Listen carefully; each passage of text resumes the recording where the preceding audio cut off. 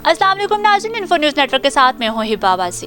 नाज़रीन, अल्लाह ताला ने जब इंसान की तख्लीक का इरादा किया तो फरिश्तों को बताया कि मैं ज़मीन पर अपना खलीफा बनाने वाला हूँ।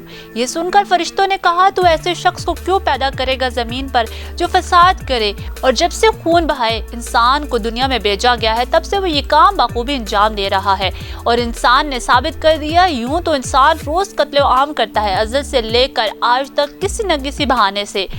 आज हम आपको अफसानी फ्रैंकनस्टाइन का एक मॉन्स्टर कहलाने वाले का एक बेटा जिसे बदनाम ज़माना कातिल के बारे में बताने जा रहे हैं, जिसने अपने पूरे खानदान को कत्ल किया और इनके दिमागों को फ्रीजर में रख दिया। 24 साल थियोफिलस सेडिस ने अपने वालिदैन, बहन, चाचा और अपनी नानी को कत्ल किया था। इस खौफनाक वारदात ने पूरे यूनान को हिला कर रख दिया था। सेडिस के हाथों कत्ल होने वाले इसके 5 शिकार ताहम मज़कूरा सर्द खून कातिल ठीक 3 साल कबल 47 साल की उम्र में कोरिडालोस जेल में इंतकाल कर चुका है। इसके घिनौने जुराइम का इंकशाफ पूरे मुल्क में सुर्खियां बने हुए थे। कानून का ये नौजवान तालिब इल्म अपने शिकार के दिमाग को किसी खौफनाक फिल्म की कहानी की तरह के लिए फ्रीजर मुताले में रखता था। तालिब इल्म के इस होलनाक जुर्म की तफसीलात मुल्क भर में सुर्खियां बनी हुई थी।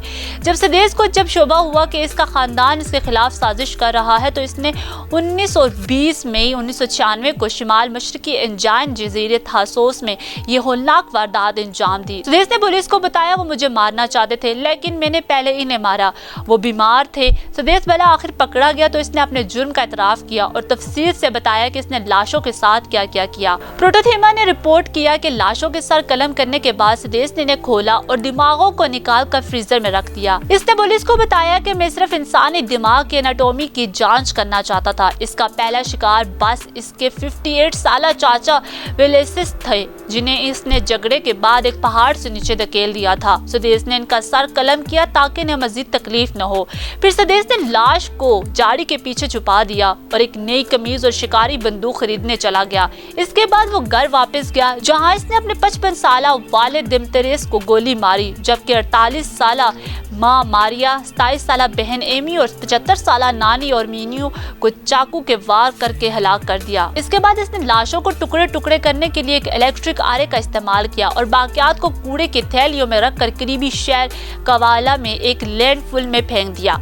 इस दौरान इसने अपने चाचा की बीवी एलिनी से फोन पर बात की जो कि बेल्जियम में रहती थी और ये बहाना किया कि इसका खानदान जर्मनी में है और अच्छे से रह रहा है। एलिनी जो कि बेल्जियम में रहती थी को शक हुआ। इसने बेल्जियम पुलिस को अपने शोहर और इसके खानदान के लापता होने की इत्तला दी। पुलिस को सेडिस के रवैये पर शक हुआ और इससे तफ्तीश जारी रखी। 21 जुलाई को थियोफिलस को एक राइफल, बंदूक और गोला बारूद रखने के इल्जाम में गाड़ी चलाते हुए गिरफ्तार किया गया था। इसे 10 माह की सजा सुनाई गई और 1770 पाउंड जुर्माना किया गया, लेकिन इसके साफ रिकॉर्ड की वजह से इसे रहा कर दिया गया। बलाखिर से तकरीबन 1 माह बाद इसके खानदान की गुमशुदगी के केस में एक मुश्तबा के तौर पर गिरफ्तार कर लिया गया, जहां इसने कई घंटे की पूछताछ के बाद एतराफ कर लिया कि पुलिस को पूरे घर में सूखा हुआ खून, 2 जंजीरें और एक कुल्हाड़ी के साथ एक दीवार पर लिखा हुआ लफ्ज मिला जिस पे लिखा हुआ था गलती। जब कातिल से बाद में पूछा गया कि इसका क्या मतलब है तो इसने सादगी से गलती का जवाब दिया, मतलब है गलती।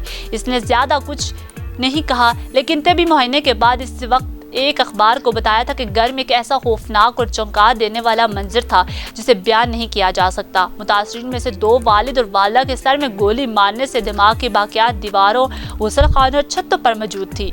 पूरे घर में खून खुश्क था, कालीन खून से सुर्ख हो गया था, खास तौर पर इस मकाम पर जहां इसने अपनी बहन को मारा था, जैसे इसने सिर्फ सीने में मारा था। इसके खानदान के अफराद के बाकियात कभी नहीं मिल सके। इसके करीबी लोगों ने इसे एक इंतहाई ज़हीन, पुरसुकून नौजवान के तौर पर बयान किया जो कि हमेशा अकेला रहता था, पढ़ने और क्लासिकी मौसीकी से मोहब्बत करता था। कातिल का इतराफ जो कि अगस्त 1996 में सारी रात तफ्तीश के बाद बिलाखिर सेडिस ने इतराफ जुर्म कर लिया था। इसने कहा कि इसे कोई पछतावा नहीं और दावा किया कि इसने खानदान को अपने दिफा में मारा और कहा कि वो सब इसे कत्ल करने की साजिश कर रहे थे। जून 1997 में वो 5 अफराद के कत्ल का मुजरिम पाया गया और उसे उम्र भर की कैद सुनाई गई। अगले साल इसे जेल कोरिडालोस नफ्सियाती अस्पताल मुंतकिल कर दिया गया। मुबीना तौर पर इसने इस जेल के मुहाफिजों को क्लासिकल मौसीकी सुनाने और किताबें पढ़ने की इजाजत देने को कहा। اس نے 2016 میں رہائی کے لیے درخواست دائر کی لیکن اسے منظور نہیں کیا گیا۔ دوسری درخواست زیر التوا 2021 سال کی جیل میں سلاخوں کے پیچھے گزارنے کے بعد ستیش 12 فروری 2019 کو دل کا دورہ پڑنے سے جیل میں انتقال کر گیا۔ جیل میں رہنے کے دوران کبھی بھی کوئی اس سے ملنے نہیں آیا۔ اگر ہم اسلامی معاشرے کی بات کریں تو ہمارے معاشرے میں بھی ایسے روز قتل عام کے واقعات سننے میں اور دیکھنے میں آتے ہیں۔ ایسے سیریل قاتل بھی پائے جاتے ہیں جن کے قتل کی واردات سن کر انسان کے رونگٹے کھڑے ہو جاتے ہیں۔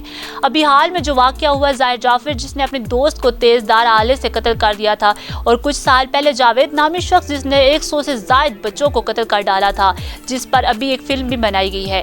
اس طرح اگر میں لکھنے لگوں تو قتل کے بارے میں تو اس کے لیے ایک ویڈیو ناکافی ہے۔ ہم دین کے پیروکار ہونے کے باوجود ہم شیطانیت کا روپ اپنا لیتے ہیں۔ آخر میں صرف اتنا کہنا چاہوں گی کہ یعنی فرشتوں نے جو کہا تھا وہ صحیح ثابت ہو رہا ہے۔ انسان اپنے عمل سے خدا کو تکلیف پہنچا رہا ہے۔ اللہ نے فرشتوں اور ابلیس کے مخالفت کے باوجود انسان کی تخلیق کی اور اس سے یہ وعدہ لیا کہ وہ زمین پر خیر کا علمبردار بن کر رہے گا، لیکن انسان جہاں آ کر شر کا علمبردار بن گیا ہے۔ شیطان نے کہا کہ یہ حقیر ہے تو انسان کو یہ ثابت کرنا تھا کہ اس کے متعلق شیطان کا اندازہ غلط تھا، لیکن انسان خود کو پستی کے سمندر میں غرق کرتا جا رہا ہے، شیطان کی بات کو صحیح ثابت کر رہا ہے۔ اسی طرح فرشتے نے کہا تھا کہ انسان خون خرابہ کرے گا تو انسان کو امن کا علمبردار بنا کر یہ ثابت کرنا تھا کہ فرشتوں کا اندازہ غلط تھا، لیکن انسان اپنے عمل سے فرشتوں کے اندازے کو صحیح ثابت کر کے اللہ کو تکلیف پہنچا رہا ہے، لیکن پھر بھی اللہ انسان کے ساتھ درگزر کا معاملہ کر رہا ہے، اس لیے اس کی رحمت اس کے غضب پر باری ہے، لیکن یہ ہمیشہ نہیں چلے گا۔ ایک دن انصاف کا قائم ہوگا